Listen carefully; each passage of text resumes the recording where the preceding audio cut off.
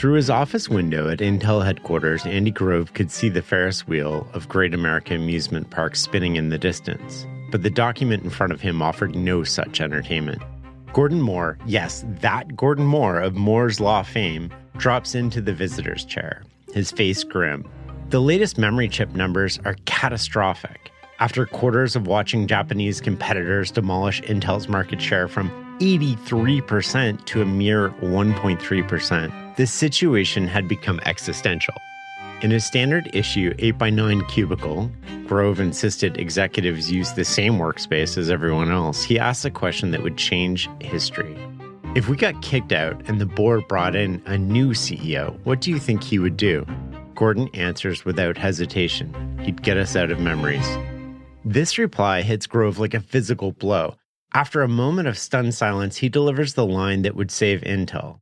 Why shouldn't you and I walk out the door, come back in, and do it ourselves?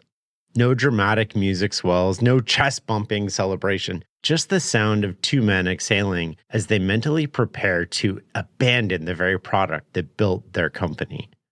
Intel in 1985 was a memory company. The business generated over 90% of their revenue, and it would soon be gone.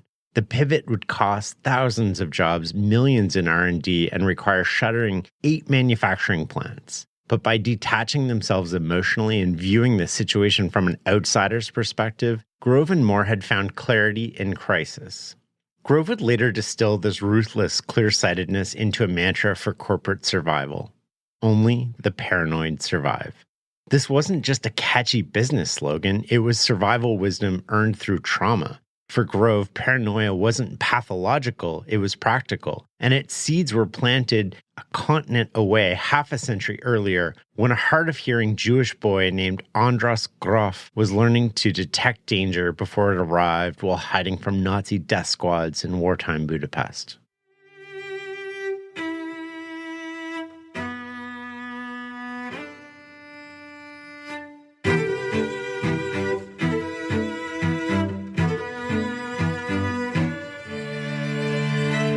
Welcome to The Knowledge Project. I'm your host, Shane Parrish. In a world where knowledge is power, this podcast is your toolkit for mastering the best of what other people have already figured out.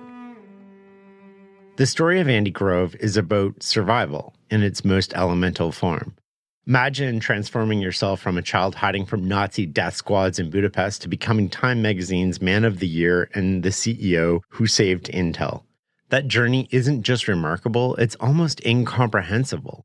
Yet Grove himself would scoff at any narrative involving destiny or divine intervention. His philosophy, captured in the book title, Only the Paranoid Survive, offers a far more practical explanation. Detect threats before they become fatal.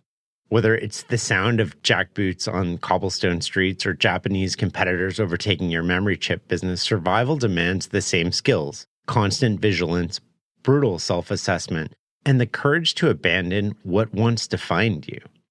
The same boy who learned to read danger in a stranger's glance would later read impending doom in market share statistics. Different contexts, identical skills. Today's episode isn't just about technology or business strategy, it's about developing a mindset that thrives in environments of radical change, something all of us face today, regardless of our field. What made Grove extraordinary wasn't technical genius, but his ability to see reality clearly when others couldn't. While his contemporaries remained emotionally attached to past decisions, Grove asked the questions no one dared to ask. What if we're wrong? What if everything we built needs to be abandoned? Grove's lessons on strategic inflection points offer something invaluable, a framework for detecting existential threats before they destroy you. Drawing from his autobiography and Richard Tedlow's definitive biography, this episode reveals how Grove's traumatic childhood shaped his leadership approach, how he taught himself to become a world-class manager, and how he saved Intel by walking away from the very product that built it. Remember to stay until the end for lessons you can take away from this episode. After all, inflection points don't announce themselves with press releases. They whisper first, then shout, then destroy. In Grove's world, paranoia isn't anxiety, it's attention paid to whispers others dismiss. It's time to listen and learn. This podcast is for entertainment purposes only. Let's begin at the beginning. Andreas Istvan Graf was born in 1936 to a middle-class Jewish family in Budapest, Hungary. His father co-owned a dairy business. His mother was, in Grove's words, cultured without being snobbish. They were thoroughly assimilated into Hungarian society. That is, until everything changed. When Andreas was just 5, his father was conscripted into a Jewish labor battalion, essentially a death sentence of forced labor on the Eastern Front. Young Andreas noticed something that day he'd never forget. His father was trying to smile, but there was something wrong with his smile.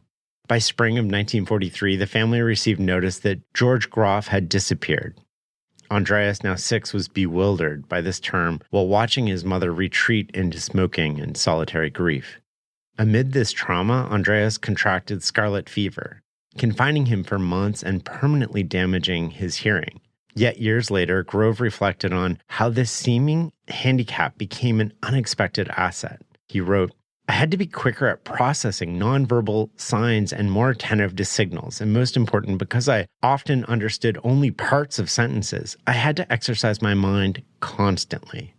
What's instructive here is Grove's capacity to transform disadvantage into strength. The hearing loss that isolated him socially became his edge in business. While others heard noise, Grove detected patterns. While others waited for complete information, Grove decided with fragments. The little limitation that made childhood harder became the foundation of his leadership genius. Life rarely deals perfect hands. The winners aren't those with the best cards, but those who play difficult hands exceptionally well. The situation for Hungarian Jews deteriorated dramatically in March of 1944 when Nazi Germany directly occupied the country. The 8-year-old Andreas watched as German soldiers marched into Budapest. There were no announcements and there was no fighting. They just came in. My mother and I stood on the sidewalk of the ring road watching as the cars and troop carriers filled with soldiers drove by. The German soldiers didn't look anything like the soldiers who had guarded my father's labor unit. Those soldiers slouched a bit, and their uniforms were wrinkled. The German soldiers were neat and wore shiny boots and had self-confident air about them. They reminded me of my toy soldiers. Within days, Adolf Eichmann arrived with a small but efficient commando unit to eliminate Hungary's Jewish population. They moved with terrifying speed. By July of 1944, most Jews outside of Budapest had been deported to Auschwitz and murdered. Young Andreas experienced the casual cruelty of anti-Semitism firsthand when a playmate suddenly announced that Jesus Christ was killed by the Jews, and because of that, all the Jews would be thrown into the Danube. Andreas ran to his mother in tears and never returned to that park again. By late summer, Andy and his mother were forced into a designated star house and required to wear yellow stars in public. People avoided looking at us. Even people we knew wouldn't meet our eyes. It was as if a barrier was growing between us and everyone else.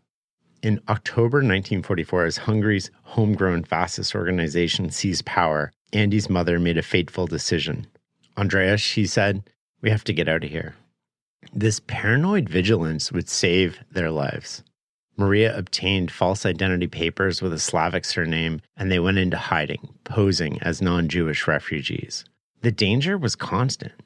Being circumcised would immediately identify Andreas as Jewish if he was discovered, so his mother warned him not to urinate when others were present in their communal bathroom. When children were gathered to recite Christian prayers, Andreas feigned illness and ran to his mother, who quickly created a distraction. This ability to detect threats and take decisive action would later become the cornerstone of Grove's leadership philosophy decades later. As he would later write, the ability to recognize that the winds have shifted and to take appropriate action before you wreck your boat is crucial to the future of an enterprise. Grove learned early that survival depends not just on recognizing danger, but on acting before it's too late, a lesson that would later save Intel. By January of 1945, the Soviet Red Army reached Budapest, transforming the city into a battleground. Sheltering in a cellar during the bombardment, Andreas and his mother had a remarkable encounter with a Russian sergeant who spoke German. After establishing communication, Maria made a bold request. She asked Andreas to recite a Hebrew prayer he had learned at school. The boy was terrified. After months where revealing their Jewish identity meant certain death, his mother was asking him to expose them. But she assured him it was safe. As he recited the prayer, the Russian sergeant smiled with recognition. He too was Jewish. The Germans had killed his entire family in Russia. Liberation brought relief, but also new horrors. Andreas witnessed his mother being sexually assaulted by a Russian soldier. The next day, when they reported the crime to military authorities, Maria made the extraordinary decision not to identify her attacker. She had calculated that if she named him, he would be executed immediately, but his comrades would likely return and murder everyone in their shelter in retaliation.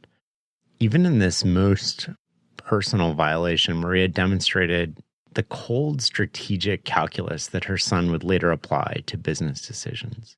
Sometimes you must accept a terrible injustice when the alternative is destruction. The profound impact of witnessing such moments where survival required painful compromise rather than righteous action shaped Andreas's worldview forever. He was not yet 9 years old. In the aftermath of the war, something remarkable happened. Andy's father, George Groff, returned home. He had indeed disappeared, but somehow survived the Eastern Front and made his way back to Budapest. The family reunited, though forever changed by their experiences. Under Soviet occupation, Hungary transformed into a communist state.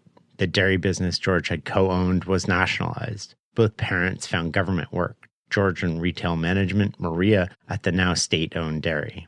Their apartment once again filled with visitors, creating a facade of normalcy that masked the trauma that they had endured. Young Andreas threw himself into education, displaying the fierce intelligence and disciplined work ethic that would later define his career. His insatiable curiosity and aptitude for mathematics and science set him apart. At the prestigious Madrid Gymnasium, his physics teacher made a prediction that would later inspire the title of Grove's memoir. Life is a big lake. All the boys get in the water at one end and start swimming. Not all of them will swim across, but one of them I'm sure will. That one is Groff. The teacher's words resonated deeply. Decades later, Grove would title his autobiography Swimming Across and conclude it with, as my teacher Volensky predicted, I managed to swim across the lake, not without effort, not without setbacks, and with a great deal of help and encouragement from others. I am still swimming. But before Andreas could fully test those waters, Hungary's political situation would once again upend his life.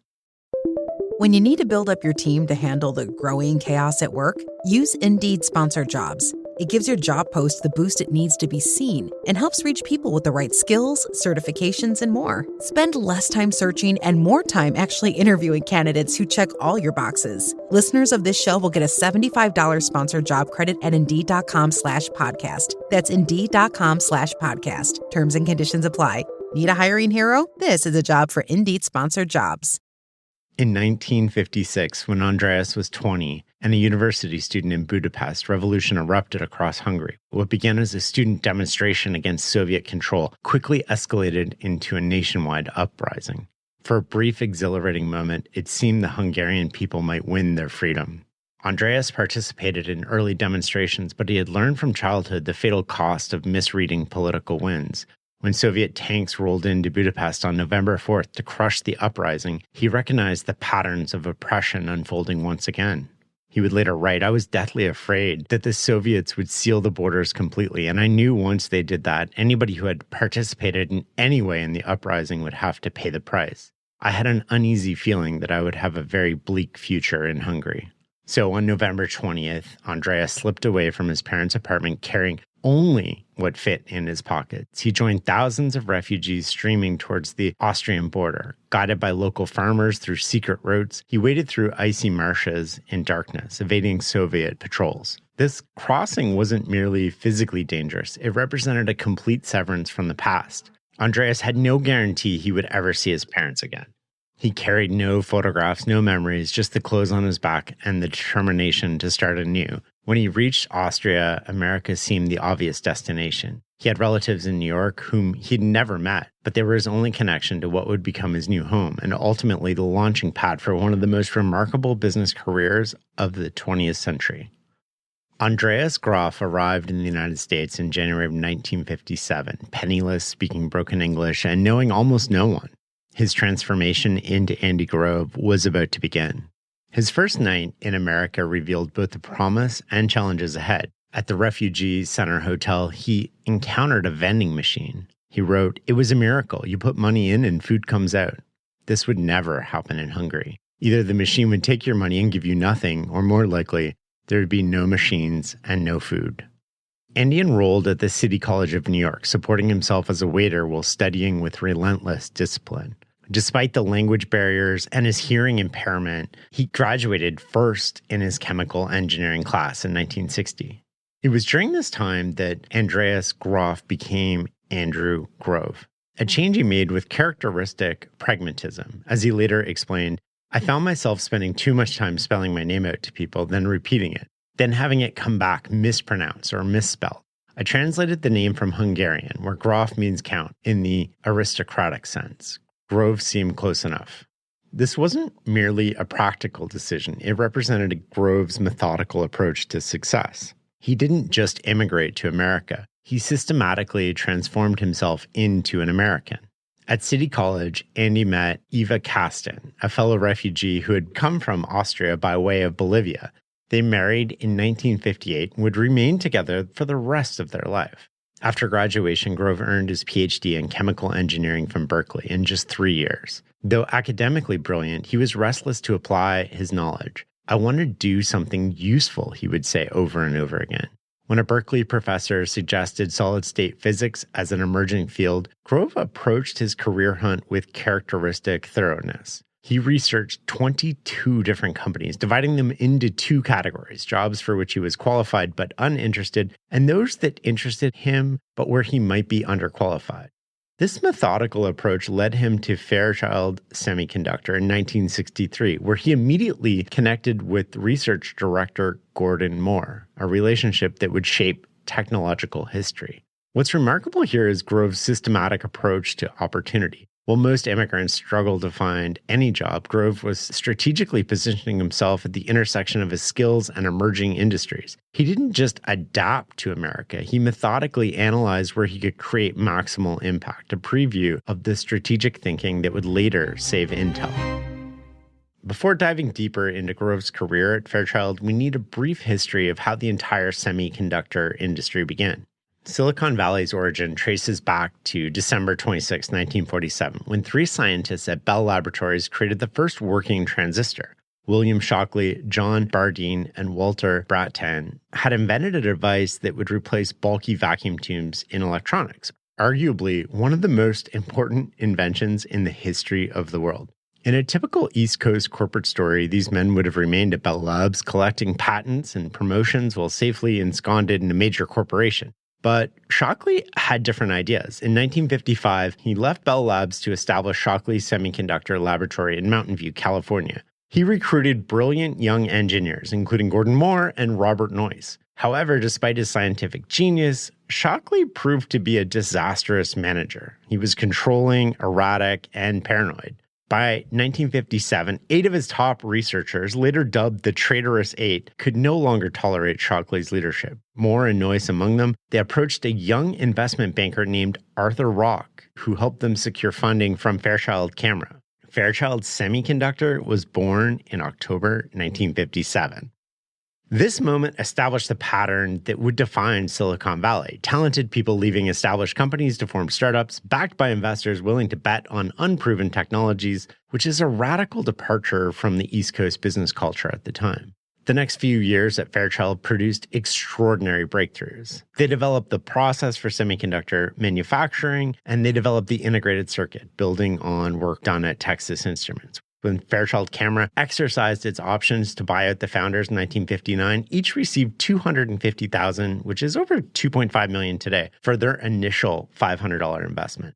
Silicon Valley's reputation for turning sand into gold was born. This transaction sparked a financial ecosystem unlike anything before it. Success breeds success, with wealthy engineers funding new ventures. Dozens of semiconductor firms would eventually trace their lineage back to Shockley's laboratory. By the time Grove arrived at Fairchild in 1963, the company was the epicenter of technological revolution. Moore and Noyce had already become legends. The culture valued technical brilliance, but as Grove would soon discover, it lacked managerial discipline. For a recent immigrant with a strong accent and hearing problems, Silicon Valley offered something traditional corporate America didn't: a pure meritocracy where problem-solving ability trumped pedigree. It was the perfect environment for Grove's combination of technical brilliance, determination, and willingness to question orthodoxy. What's significant here is that Grove joined a culture that was simultaneously revolutionary and yet at the same time deeply flawed. Silicon Valley had technical brilliance, but lacked organizational discipline. Precisely the gap that Grove, with his Eastern European understanding that systems mattered as much as individual genius, was uniquely positioned to fill. Now, let's see what Grove encountered when he joined this revolutionary industry. Andy's first week at Fairchild established a pattern that would define his career. On Monday morning, his supervisor handed him a semiconductor physics problem requiring differential equations and data analysis. By Friday, Andy had solved it using computer programming skills he had taught himself during his studies, a rare capability in a commercial company in 1963. How lucky can you get? Andy later marveled. You show up for work on Monday, you're assigned a problem that you're uniquely qualified to solve, and you devise a non-obvious solution by Friday. But was it mere luck? Andy had methodically acquired skills beyond what was required, positioning himself in a field where they might prove valuable. As Michael Dell would later observe, he's smart, he's shrewd. There's no such thing as lucky 1,000 times in a row. Grove himself would later coin the phrase earned luck to explain such success. During his 5 years at Fairchild, Andy displayed extraordinary work ethic. Beyond his day job, he authored 30 scientific articles, filed 2 patents, and taught graduate-level semiconductor physics at Berkeley. He challenged conventional wisdom about semiconductor surfaces with data that contradicted accepted theory.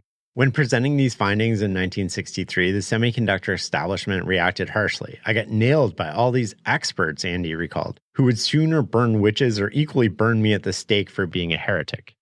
But Andy trusted data over dogma, a trait that would serve him throughout his career. Perhaps his most valuable contribution at Fairchild was what he called managing up, particularly his ability to work with Gordon Moore, the brilliant but conflict-averse head of R&D. The device development lab where Andy worked lacked clear expectations and internal discipline, mirroring the broader company culture. Andy developed a technique for extracting Moore's insights during contentious meetings. I would be running a meeting and people would be bashing each other's heads. Andy explained, I looked up at Gordon. Something is wrong. So I'd yell, stop. Gordon, what's bothering you? Shut up. Gordon, tell us. Whatever you wanted to tell us. Somebody had to stop the traffic. This role of traffic cop for Moore's insights proved invaluable. Moore appreciated Andy's ability to draw him out, once telling him, you know me better than my wife, or at least as well. Fairchild's trajectory illustrates the volatile nature of the early semiconductor industry. The company skyrocketed from founding to industry dominance, then began unraveling due to management missteps. Its technical achievements were revolutionary, but the business itself was poorly run. 2 things stand out to me here. First, Andy's willingness to follow the data over dogma, even at personal risk. And second was his recognition that technical brilliance alone doesn't build lasting companies. While his peers focused exclusively on innovation, Grove was already developing the organizational mindset that would later distinguish Intel. By 1967, Andy Grove had reached a crossroads. Fairchild Semiconductor, where he'd cut his professional teeth, was hemorrhaging talent. The exodus had begun with the traitorous 8 engineers who had abandoned Shockley's lab to form Fairchild, and now Fairchild itself was spawning a second generation of Silicon Valley startups. The valley wasn't just growing, it was subdividing. When Gordon Moore and Robert Noyce announced they were leaving Fairchild in 1968 to launch their own semiconductor venture, Grove didn't hesitate and didn't wait for an invitation. The moment Moore mentioned their plans, Grove immediately declared, I'm going with you. And just like that, he became employee number 3 at Intel, short for Integrated Electronics. Intel's founding trio constituted semiconductor royalty. Gordon Moore was the visionary physicist who would soon formulate Moore's law, predicting the doubling of transistor density every 2 years, a prediction that would drive the industry's ambitions for decades. Robert Noyce, the co-inventor of the integrated circuit, brought charismatic leadership and industry credibility that opened doors and investor checkbooks. And then there was Andy Grove.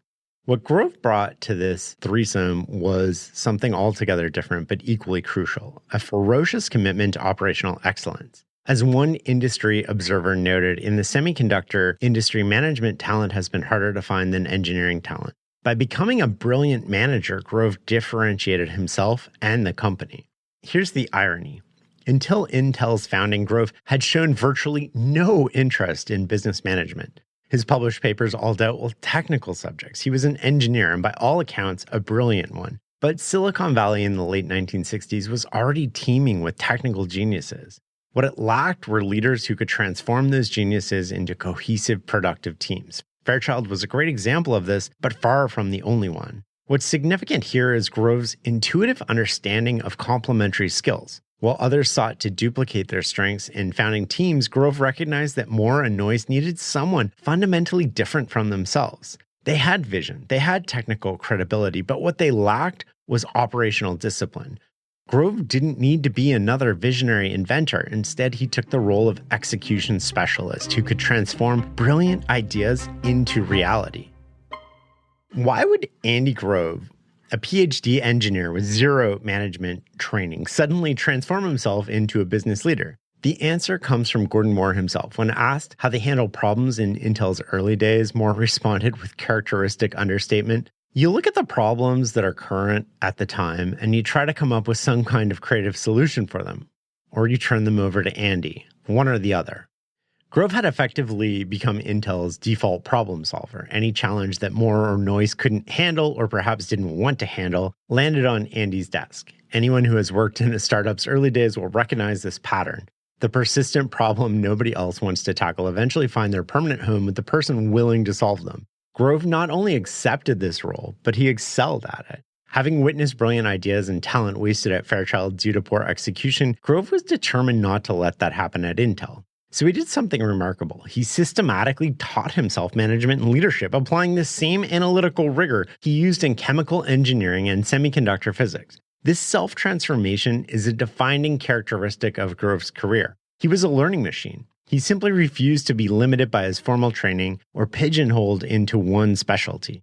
In 1997, reflecting on his career, Andy observed, "I went from chemistry to chemical engineering to applied physics to solid-state device physics to manufacturing, all in a 10 to 12-year period." His biographer notes that Grove could have continued. After manufacturing, Grove migrated to management, to leadership of Intel, to spokesperson for the technology industry, to expert on corporate governance, to arguably the most admired business leader of his era.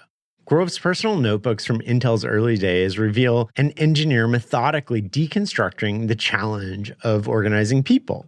Just 2 months after Intel's founding, he was analyzing not just what progress had been made, but how progress itself should be reported. 3 days later, he wrote something profound.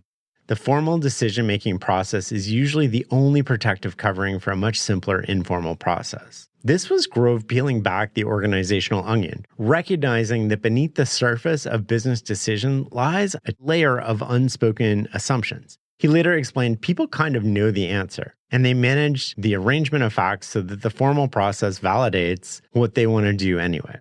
By 1968, Grove was sketching structural solutions to the semiconductor industry's most vexing problem, the handoff from design to manufacturing. In his notes, he outlined a quality control system with independent oversight, rapid feedback loops, and clear accountability. In his notes, he writes, "Quality/reliability. The best person to worry about product quality first is the designer. As the product goes into manufacturing and the designer takes on a new product design, he loses interest. A third independent body should take over the quality control function from the engineers at that stage to ensure meaningful results and determinations and rapid feedback. He should be closely related to both the design and the processing groups. To ensure external auditing, their books should be open to examination by general management." This approach was extraordinary. While other executives might have copied existing management processes, Grove recognized Intel was breaking new ground. He designed the organization from first principles, structuring it specifically to solve technical problems. Intel desperately needed these solutions as it fought for survival. The startup competed fiercely for its first contract as the seventh bidder on a project 6 established companies had already pursued. Grove later recalled, "We worked day and night to design the chip and in parallel develop the manufacturing process. We worked as if our life depended on it, as in a way it did. What's instructive here is Grove's methodical approach to mastering new domains. While most people define themselves by their formal education or job title, Grove saw knowledge as something to be systematically acquired when needed. He was always learning and evolving, from chemistry to engineering to management. When faced with a challenge outside of his expertise, he didn't delegate it or avoid it. He simply dove in and taught himself what he needed to know. This plasticity of identity explains how a Hungarian refugee with a PhD in chemical engineering became one of history's most influential business leaders. The real breakthrough for Intel came in October 1970 with the 1103, a 1024-bit dynamic random access memory chip, or DRAM. This wasn't an incremental improvement. It represented a quantum leap forward, storing 4 times the data of Intel's previous chips. The 1103 required what Grove called big technological gambles, and the challenges it presented revealed just how difficult semiconductor manufacturing was. We were a company composed of a handful of people with a new design and a fragile technology housed in a little rented building, Grove recalled, and we were trying to supply the seemingly insatiable appetite of large computer companies for memory chips. What made the 1103 revolutionary and so difficult to produce was its fundamental design. Unlike previous static memory chips that use 6 transistors per bit of memory, the 1103 used just 3 transistors in a new cell design. This remarkable efficiency allowed more memory to fit on a single chip, but it came with a catch. The information had to be constantly refreshed or it would fade away. The manufacturing challenges were enormous. The process began with silicon wafers, thin mirror-polished slices of pure silicon crystal about 4 inches in diameter. In Intel's first facility, these wafers traveled through a complex multi-step process where the slightest contamination could ruin the entire batch. What's notable here is the high-stakes bet Intel was making. Rather than playing it safe with incremental improvements, they bet the company on a fundamentally new approach to memory design. This willingness to make bold technological leaps while simultaneously building rigorous systems to manage the resulting complexity would become their defining competitive advantage. Few companies can successfully balance revolutionary innovation with operational discipline. Most excel at one or the other, and Grove was creating an organization that could do both. Grove became obsessive about quality control. Early semiconductor manufacturing suffered from poor yields. Sometimes only 10 to 20% of chips on a wafer actually worked. Improving this percentage became his fixation. Intel's fabrication facility, Fab 1, represented cutting-edge manufacturing for its time. Workers wore bunny suits, head-to-toe coveralls, not to protect themselves, but to protect the wafers from contamination. The scale of precision required was staggering. While a human hair is approximately 100 microns thick, circuit features on these early chips measured just a few microns. The 1103's design made it extraordinarily vulnerable. It stored memory as tiny electrical charges that would leak away unless refreshed every few milliseconds, making the chip unusually sensitive to microscopic defects. Each manufacturing step demanded perfect precision.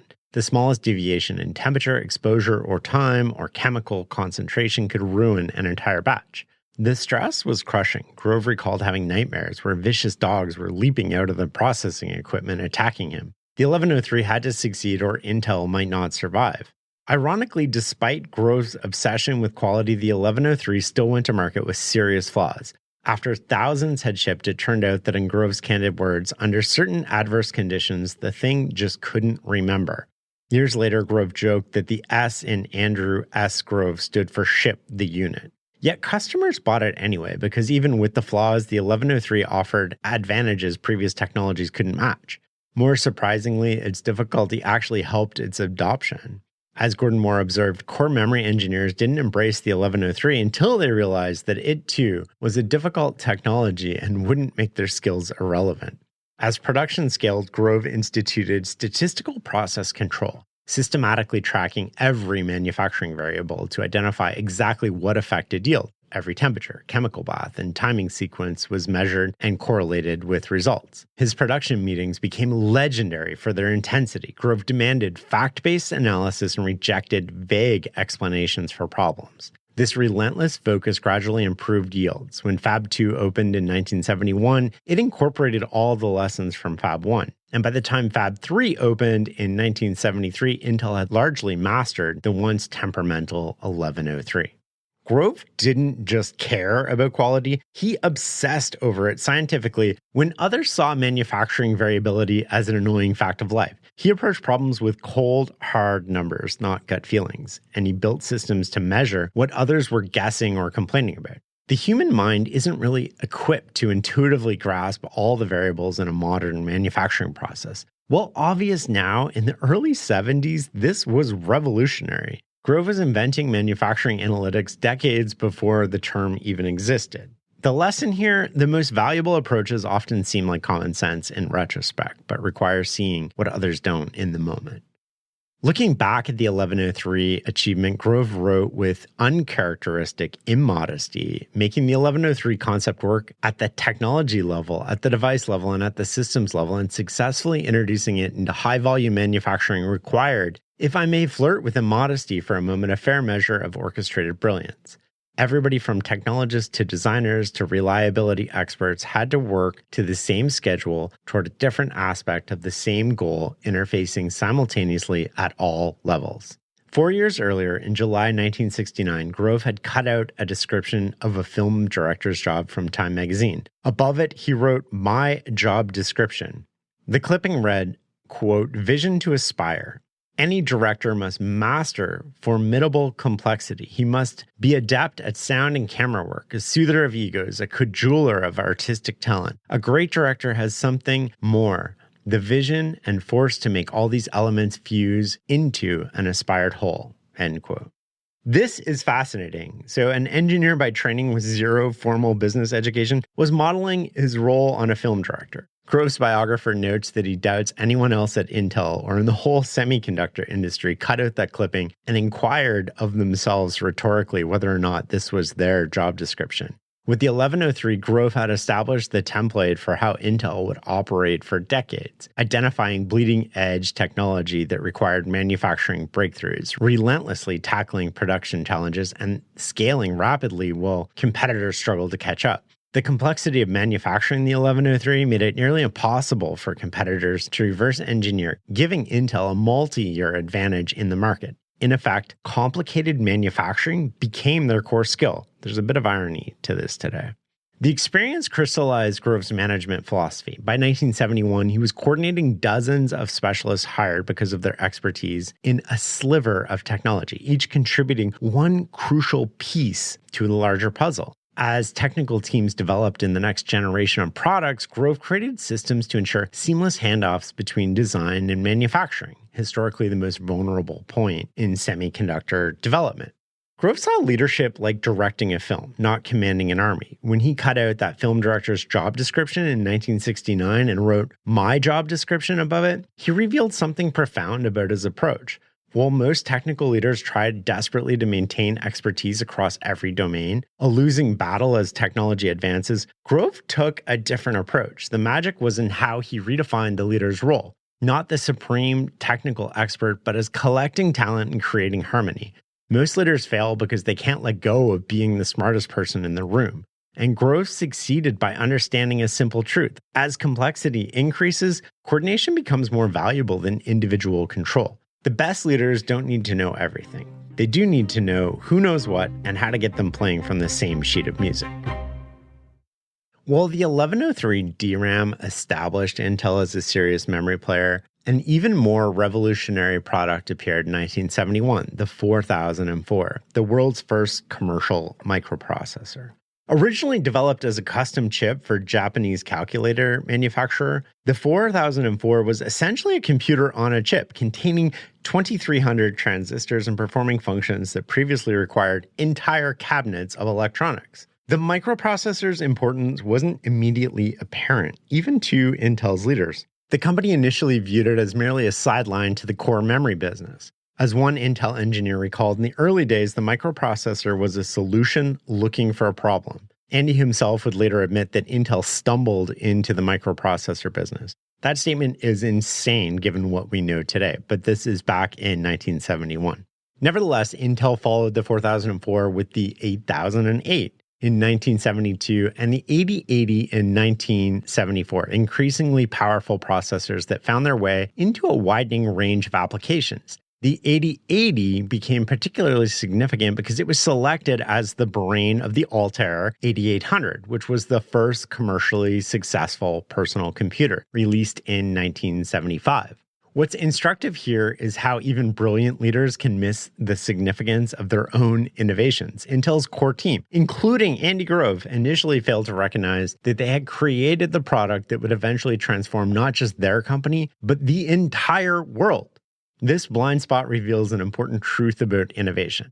Revolutionary products often emerge not from grand strategic visions, but from solving specific customer problems. The microprocessor wasn't born from a plan to change computing or change the history of the world. It came from meeting the needs of a Japanese calculator company. The greatest innovations frequently appear first as modest solutions to narrow challenges before their broader potential becomes clear. This episode is brought to you by Accenture. When your advertising operations fall out of sync, everything else follows. Spotify and Accenture are working together to reinvent the rhythm of ad sales, using automation, analytics, and smarter workflows to simplify campaign delivery and access better data across the business. The result? Less time spent on operations, more time connecting brands with the moments and fandoms that matter most. Learn more at accenture.com/Spotify. Intel's growth during the 1970s was remarkable. The company's 1977 annual report described it as a difficult year, yet sales and profits both increased by 25%. Employment had risen to 8,100 people, and the R&D investment was climbing steadily. A technological revolution was unfolding through what the report called the continuous integration between circuit requirements, basic science, and process technology. The average number of transistors in the components Intel introduced in 1977 exceeded the total number of vacuum tubes in ENIAC, the most complex electronic equipment built just 30 years earlier.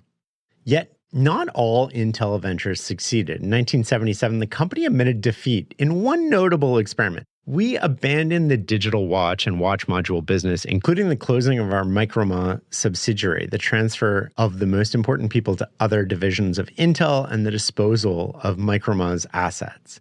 Intel tried to create the Apple Watch before 1980. That's insane. Intel had entered the watch business in 1972, convinced it had a unique combination of capabilities, the CMOS chip, the liquid crystal display, and assembly facilities. But as Grove later explained, we got out when we found out it was a consumer marketing game, something we knew nothing about. The cost of consumer advertising particularly shocked Intel's engineering-minded leadership.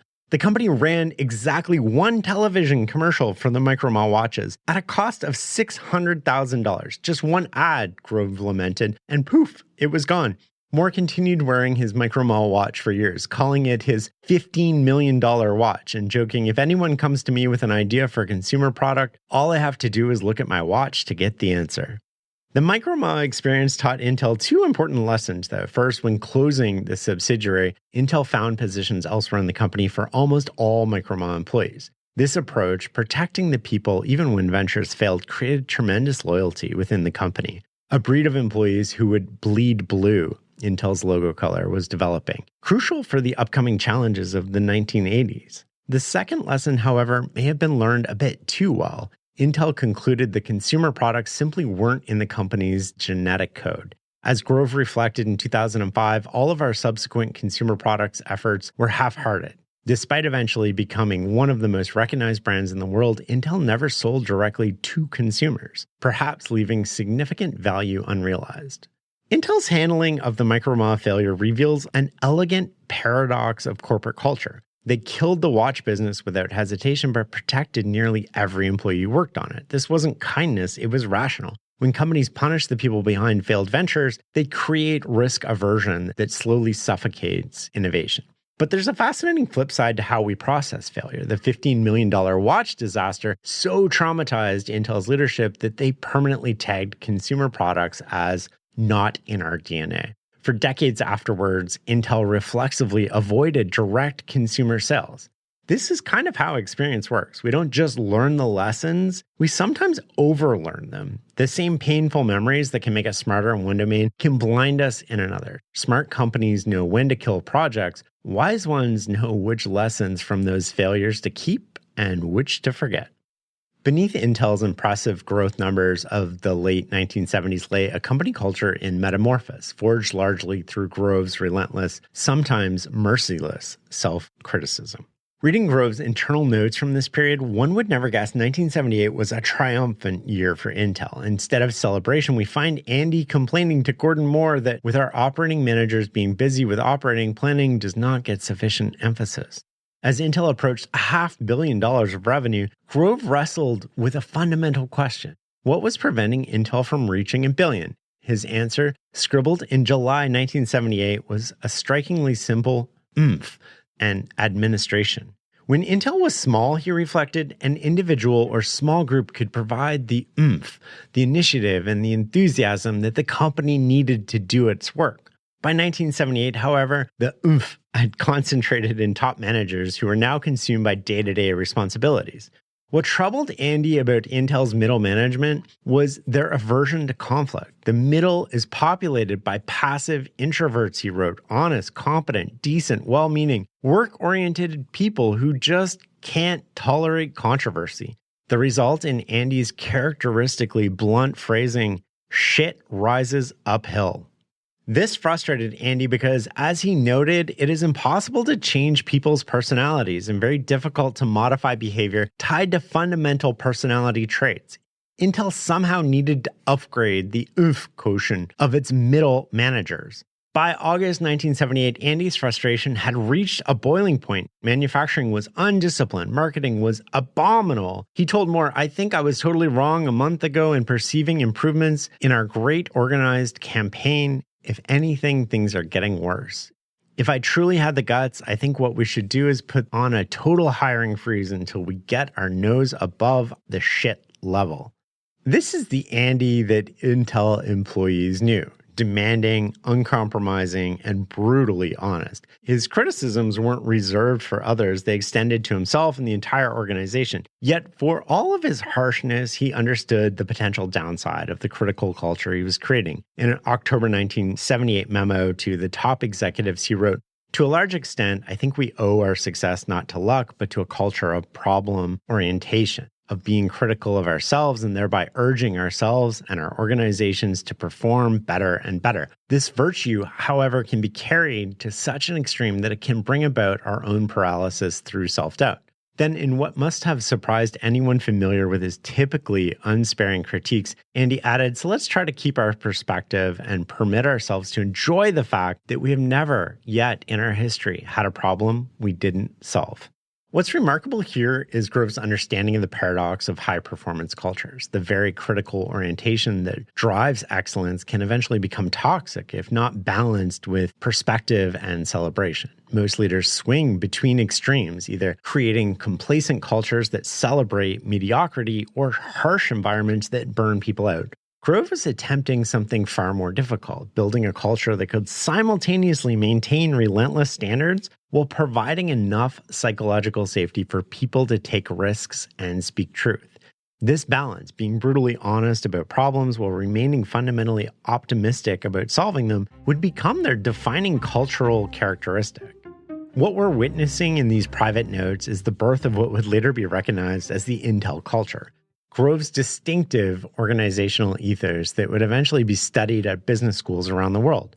This culture had several defining elements, all bearing his unmistakable imprint. At its core was what became known as constructive confrontation. As Grove recalled during Intel's early pressure cooker days, we often spent as much time bickering with one another as working on the problems. We developed a style of ferociously arguing with one another while remaining friends. We call this constructive confrontation. This direct problem-solving confrontation approach was coupled with a relentless focus on data and facts rather than opinions or emotions. Andy frequently complained about the tendency in management circles to substitute opinions for facts and emotion for analysis, a trend that still continues to this day. Intel also developed a unique approach to organizational management. In June 1978, Andy wrote, "The time has come for us to establish honest-to-goodness corporate staff. This would be made up of our top-flight operating executives who would serve for a limited period prior to returning to line management. Their role would be to deal with longer-term issues, especially for those that cross divisional boundaries. This focus on organizational effectiveness stemmed from Andy's recognition that Intel's rapid growth created increasingly complex problems. He noticed that every attempted solution seemed to generate new challenges. Getting into new businesses is a complicated phenomenon where directors can change fairly rapidly as one feels one way. Realigning emphasis means shuffling people about and having people stagger under the same load that their predecessor, who had done the job for years, would have been able to handle with ease.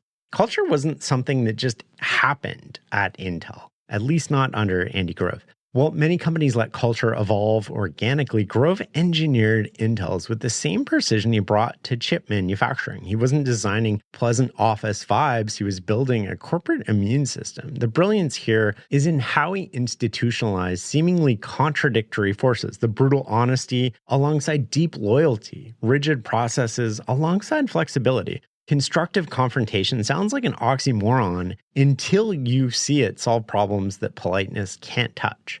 Grove treated culture as infrastructure, and to him it was just as critical as the factory floor. Years later, when Intel faced its greatest crisis, this deliberately designed culture became the company's salvation. The greatest competitive advantage isn't a product, but rather an organization that can adapt faster than the world changes around it. These cultural elements were crystallizing into a coherent whole, and the results were undeniable. By 1979, Intel sales and profits soared to $663 million and $77.8 million, representing growth of 65.8% in both categories. The workforce expanded by 40% to more than 14,000 employees. Intel had debuted on the Fortune 500 in 1978 at position 486, and by 1979 had climbed to 368. Even more impressively, Intel's market capitalization more than doubled from $638 million at the end of 1978 to $1.4 billion just a year later. In many ways, 1979 represented the validation of the culture Andy had been painstakingly building. Prices for their products remained high throughout the year because demand far outstripped forecasts. The semiconductor industry was constrained by supply shortages. As one observer noted, if you're going to have a problem, that is one which many business people would select. But as the 1970s drew to a close, Andy's greatest test as a leader still lay ahead. The extraordinary success of 1979 masked underlying vulnerabilities. As Andy himself had written years earlier, in the meantime, while you're fighting the forces of entropy in your company, the rest of the world is hardly standing still. He had identified the competitive threat in an annual report. This year, or in some cases last year, competition arrived and very logically went after the most visible segment. The large accounts who now have alternatives have started to move towards those alternatives with a resulting loss of standing, if not business for us. In retrospect, that seems to have been unavoidable, but we were too skimpy, too busy, and too smug with our success to have anticipated this trend. The culture Andy had forged through his relentless self-criticism and exacting standards would soon face its most severe challenge. The question wasn't whether Intel's culture could drive growth in good times. It had proven that conclusively.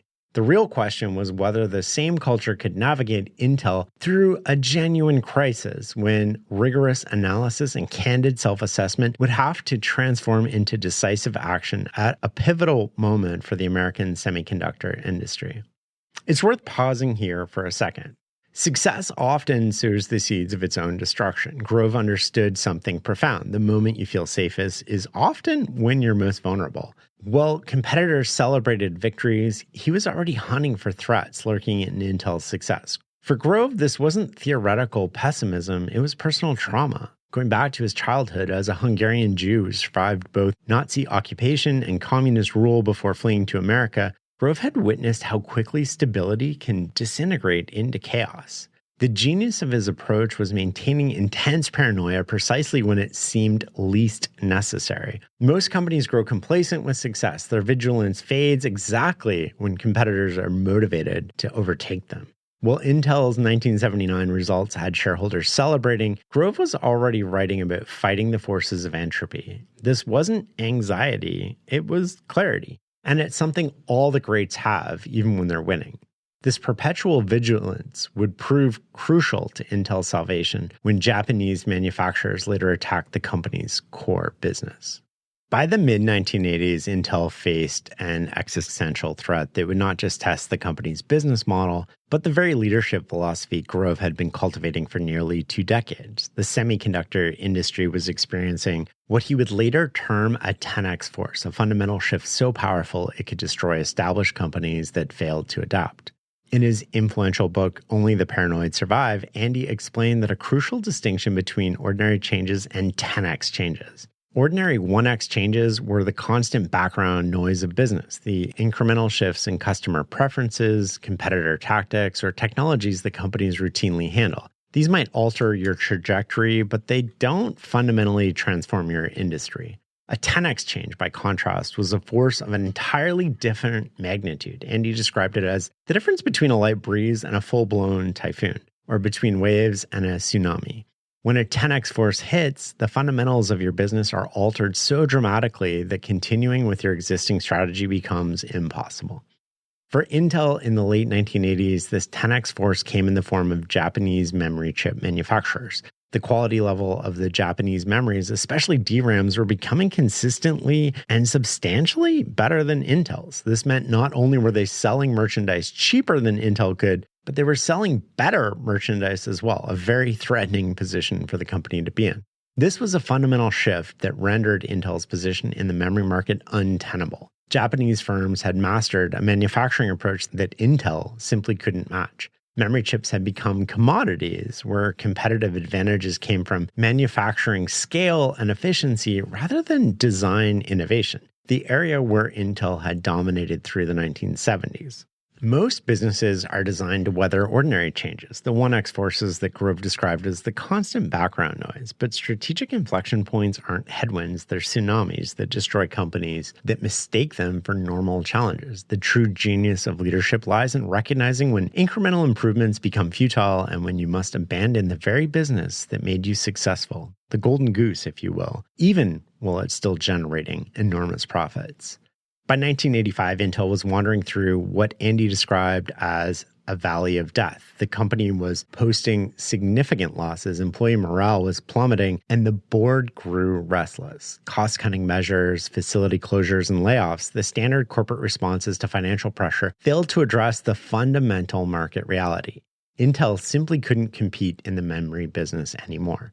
Andy Grove possessed a rare ability to acknowledge the brutal truths before disaster became inevitable. He'd been doing it his whole life, but even for him, the realization didn't come easily because Intel's identity was inextricably tied to memory chips. The company had been founded on it. Gordon Moore and Robert Noyce's vision of semiconductor memory replacing magnetic core memory had sparked the whole industry in a new direction, and Intel engineers took enormous pride in their memory innovations. As Andy would later observe, people who have no emotional stake in a decision can see what needs to be done sooner.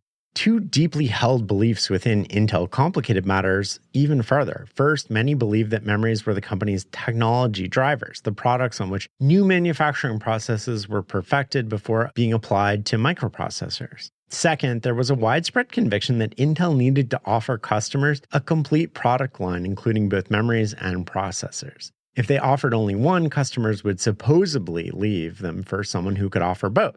The turning point came during a conversation between Andy and Gordon Moore that has since become legendary in business circles. It's the one I mentioned in the introduction. Looking at the terrible memory chip numbers for the latest quarter, Andy said to Moore, "If we got kicked out and the board brought in a new CEO, what do you think he would do?" Moore answered without hesitation. He would get us out of memories. Andy then posed a pivotal question. Why shouldn't you and I just walk out the door, come back in, and do it ourselves? This mental exercise of viewing the company as an outsider would become the cornerstone of what Andy would later term a strategic inflection point, a moment when the fundamentals of the business are about to change. You can tell you're going through a strategic inflection point if the way you traditionally have done business no longer delivers the kind of results that we used to get. Well, the new way of doing business involves so much uncertainty that you can't easily bring yourself to embrace it. What's interesting here is the technique Grove used to overcome organizational inertia. By mentally stepping outside, walking out the door, Grove and Moore could temporarily escape the emotional attachment to past decisions and see the blind spot that was holding them where they were. They could see their situation with new clarity.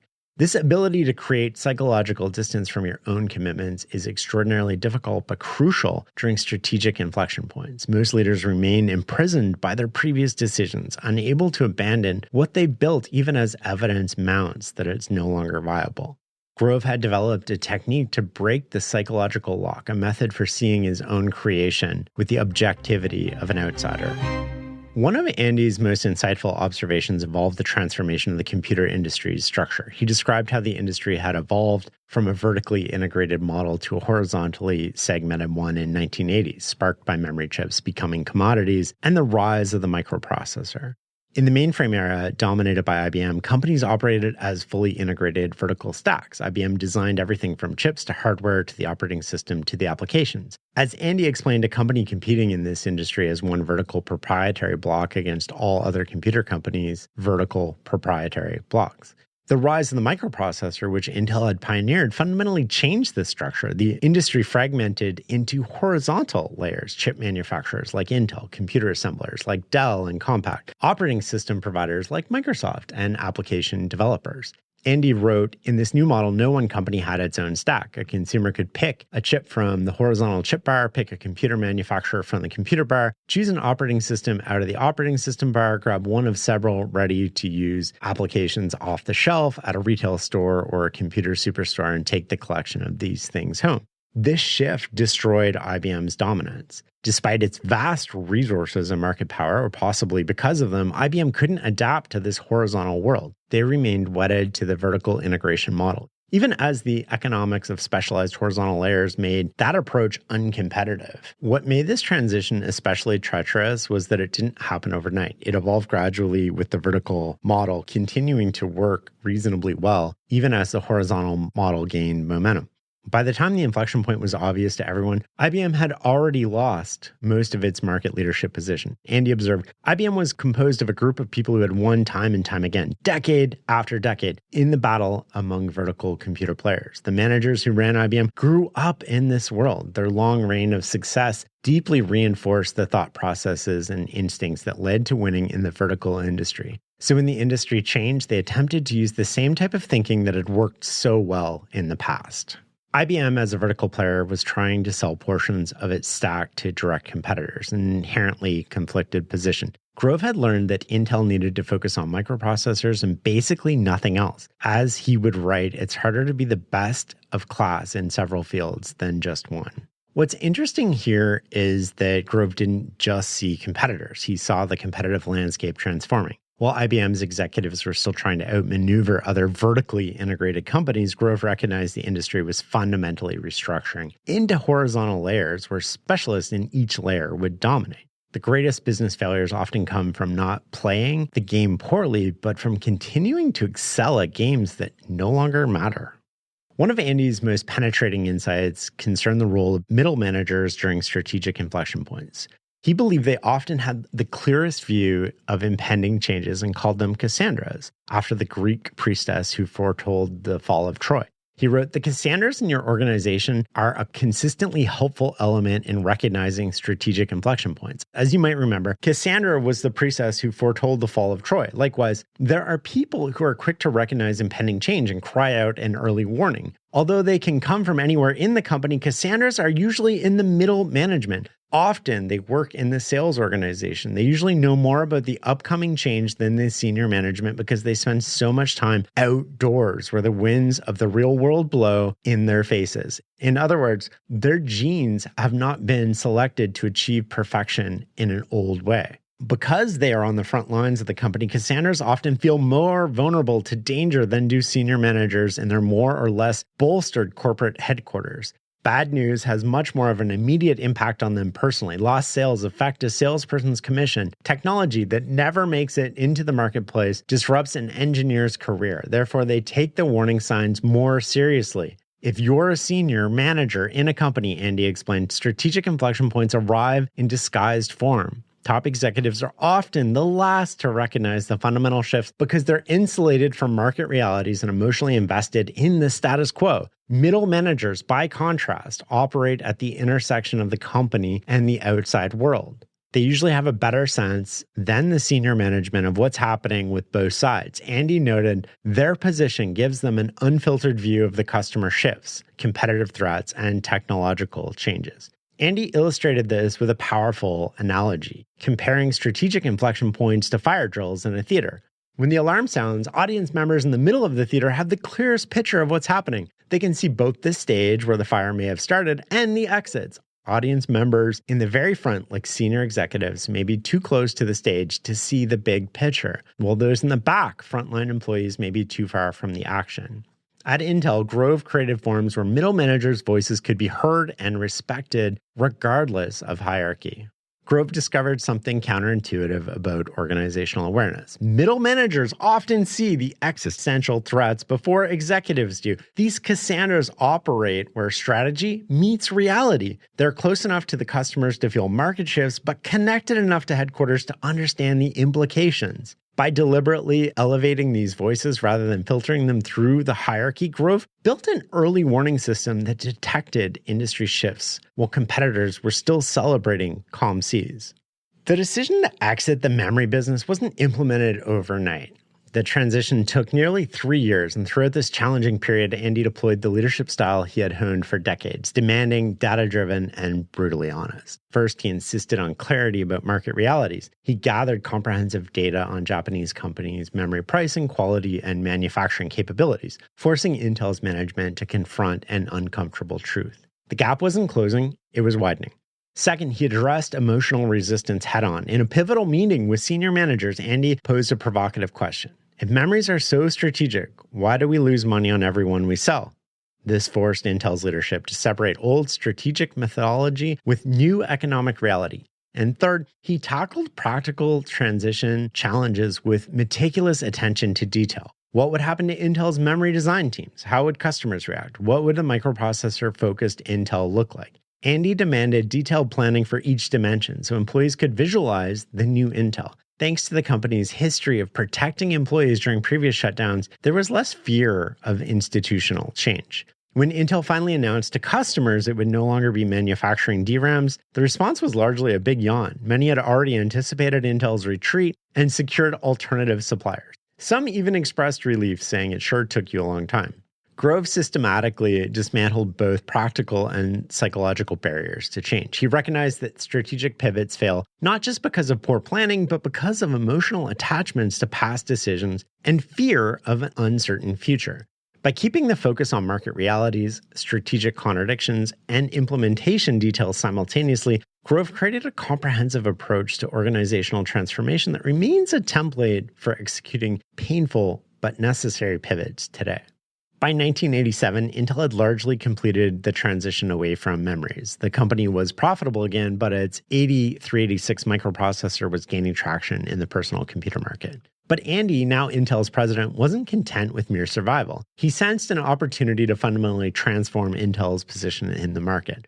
Rather than remaining an anonymous component supplier, Intel could become a recognized brand that signified quality and innovation to end consumers, and thereby protect itself from future inflection points. In 1989, Intel began shifting its advertising aimed at consumers instead of manufacturers. This approach culminated in the famous Intel Inside campaign, fundamentally altering the power dynamics in the computer industry. PC manufacturers couldn't easily switch to a competing processor without risking consumer backlash. Consumers would be looking specifically for an Intel-powered PC. This move was pure genius. What emerged from this crucible was not just a safe company, but a coherent leadership philosophy that Andy would articulate. Business success contains the seeds of its own destruction. The more successful you are, the more people want a chunk of your business and then another chunk until there's nothing left. I believe that the prime responsibility of a manager is to guard constantly against other people's attacks and to put this guardian attitude in the people under his management. Grove's paranoia wasn't the anxious hand-wringing that paralyzes action. It was strategic mindset that fueled adaptation. A corporation is a living organism.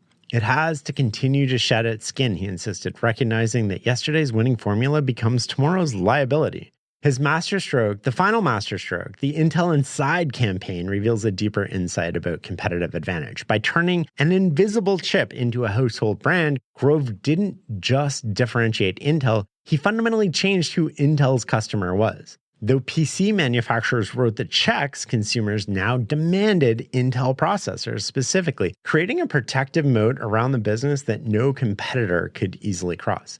This is the paradox at the heart of lasting success. The more deliberately you prepare for your own obsolescence, the less likely you are to become obsolete.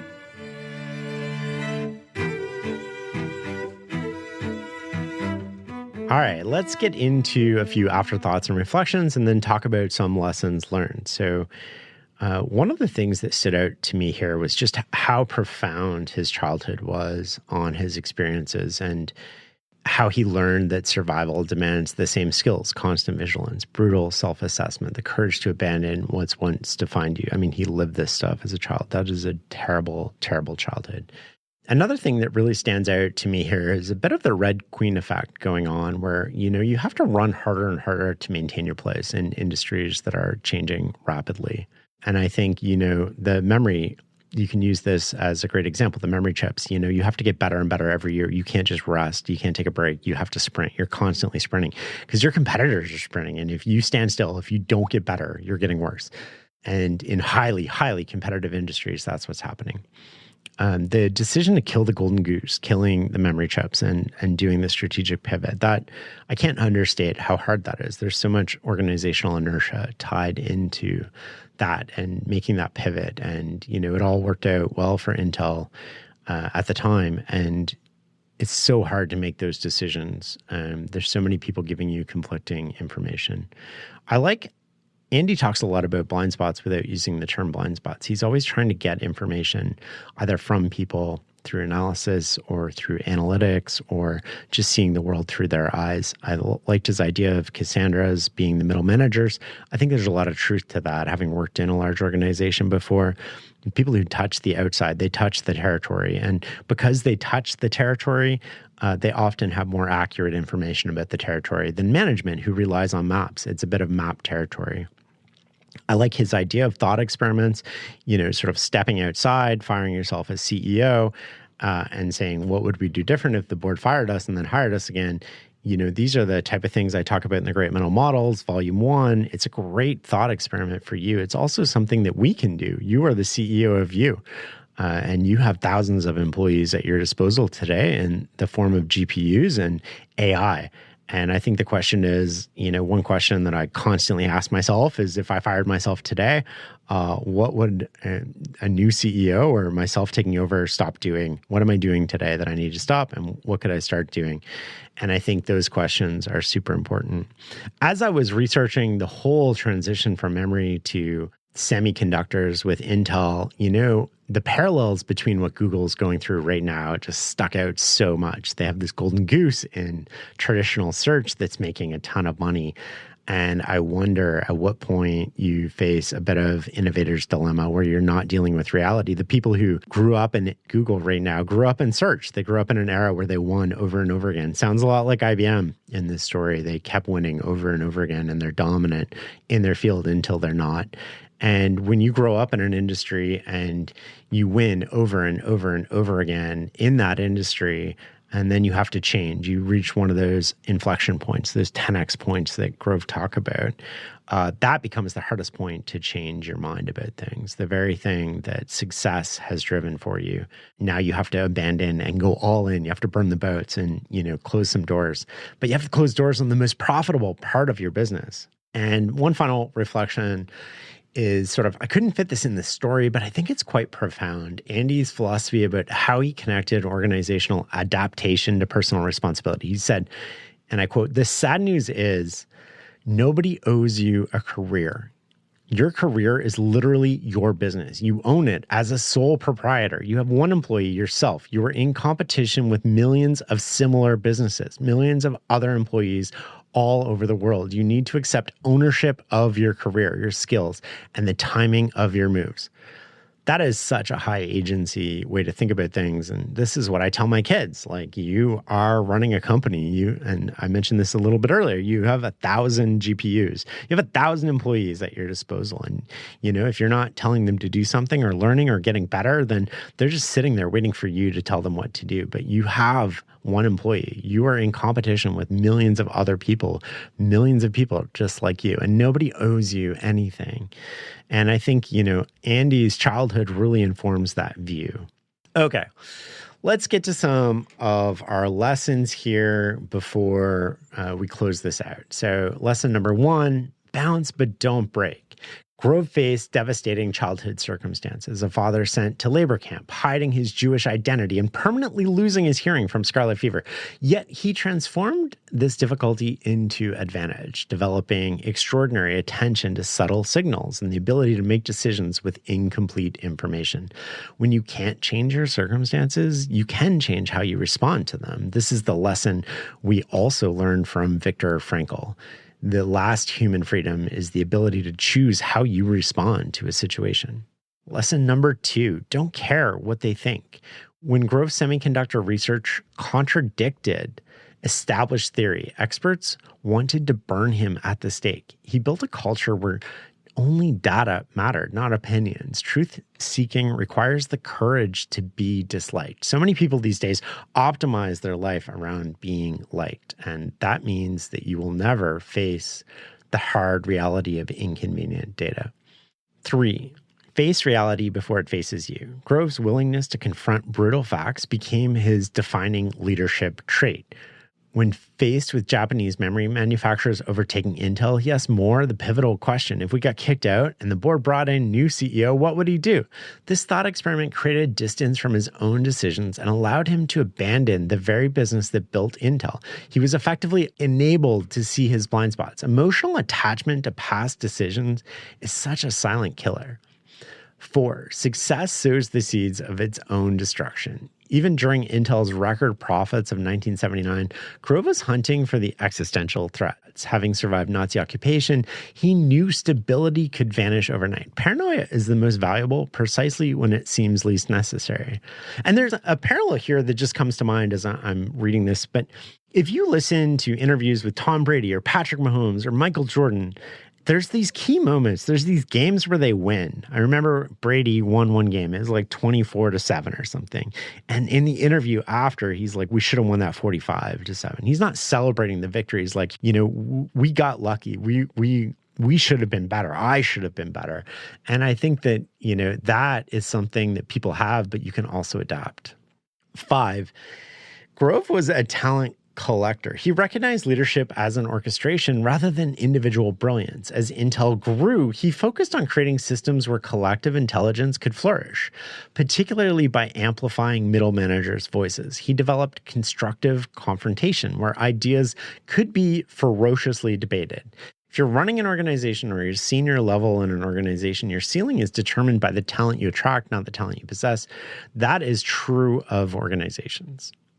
6, he was a learning machine. Grove transformed from a chemical engineer to semiconductor physicist to management guru in just a decade. He approached each new domain with the same methodical rigor. In a changing world, the ability to learn quickly compounds like interest.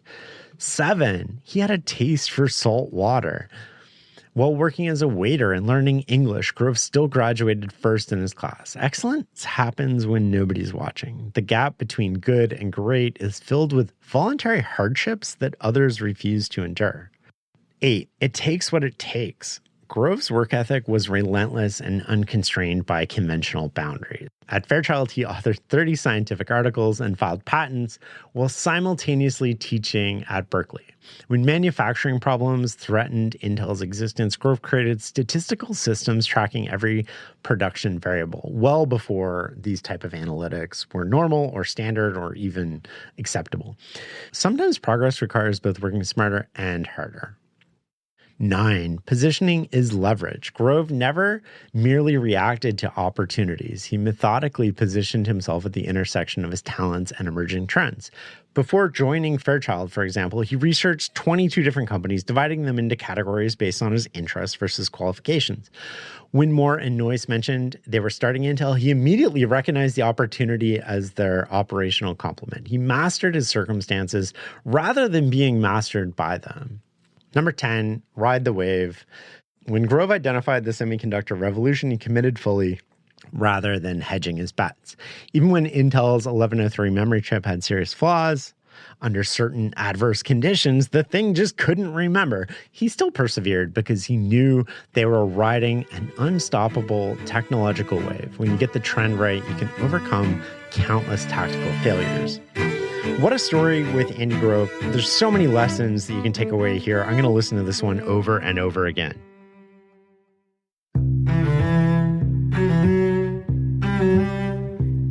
Thanks for listening and learning with us. And be sure to sign up for my free weekly newsletter at fs.blog/newsletter.